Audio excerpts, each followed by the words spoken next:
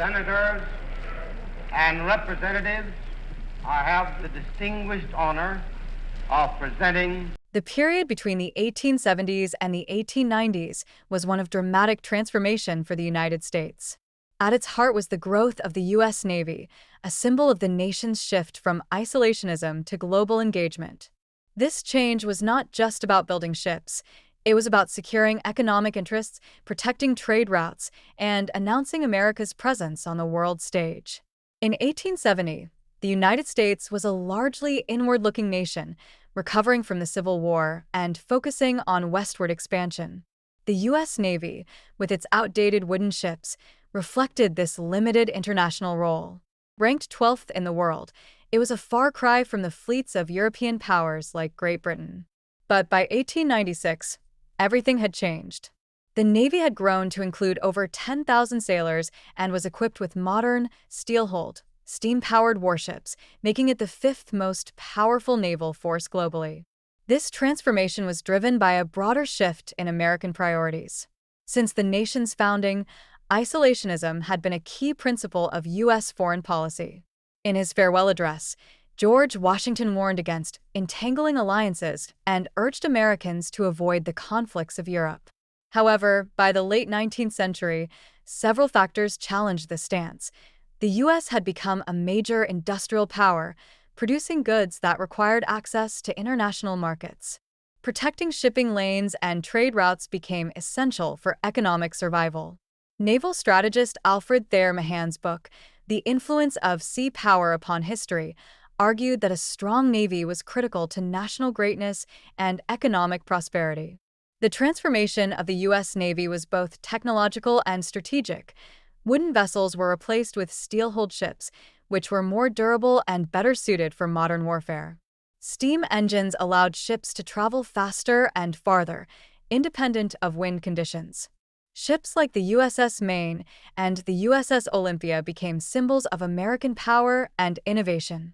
The Naval Act of 1890, also known as the Battleship Act, authorized the construction of 3 advanced battleships, reflecting the nation's growing commitment to naval power.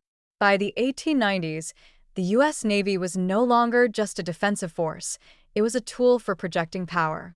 The modern Navy played a decisive role in defeating Spain during the Spanish-American War in 1898, with victories like the Battle of Manila Bay, led by Commodore George Dewey. The war resulted in territorial gains, including Puerto Rico, Guam, and the Philippines. The Navy ensured safe passage for American goods, particularly in the Pacific and Caribbean. The annexation of Hawaii in 1898 secured a strategic naval base at Pearl Harbor, critical for operations in the Pacific. The expansion of the Navy was closely tied to America's economic ambitions. By the late 19th century, foreign trade accounted for a significant portion of the U.S. economy. Exporting goods required secure shipping routes and overseas markets. The Navy was instrumental in safeguarding American investments abroad, particularly in Latin America and Asia. Alfred Thayer Mahan emphasized the need for global engagement when he said, "Whether they will or not, Americans must now begin to look outward. The growing production of the country demands it." Between 1880 and 1900, the U.S. doubled its exports, underlining the economic drivers behind naval expansion. By 1896, the U.S. Navy had grown to 87 modern ships, up from just 48 in 1880, reflecting the rapid pace of modernization. The shift toward global engagement was not without controversy. Critics, including members of the Anti-Imperialist League, argued that expanding U.S. influence contradicted the nation's founding principles. Building and maintaining a modern navy required significant investment, raising concerns about its impact on domestic priorities. As America's presence grew, so did the risks of being drawn into international disputes. The modernization of the U.S. Navy was a turning point in American history. It signaled the nation's shift from a policy of isolationism to one of active global engagement. This transition laid the groundwork for America's role as a world leader in the 20th century. The transformation of the U.S. Navy in the late 19th century was about more than ships and sailors. It reflected a broader evolution in American identity, one that embraced innovation, economic opportunity, and a willingness to engage with the world. As students of history, understanding this period helps us see how the United States became the global power it is today.